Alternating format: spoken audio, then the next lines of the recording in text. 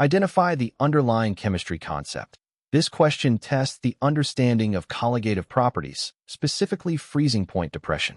Colligative properties depend only on the number of solute particles in a solution, not their identity.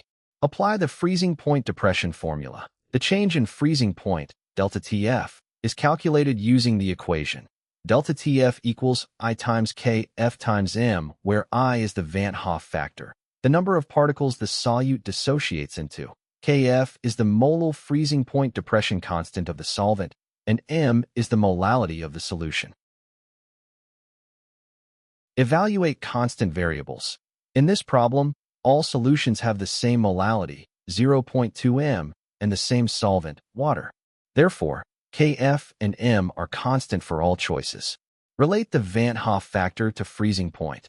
Since delta Tf is proportional to I, the solution with the largest I value, most particles, will have the greatest freezing point depression.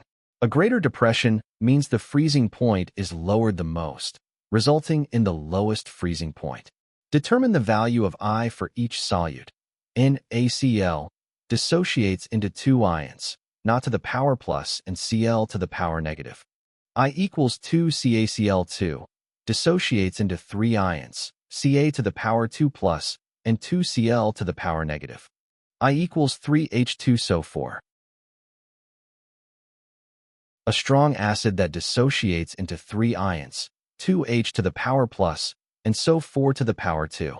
I equals 3NH3, a weak base that only partially ionizes in water, remaining mostly as molecules.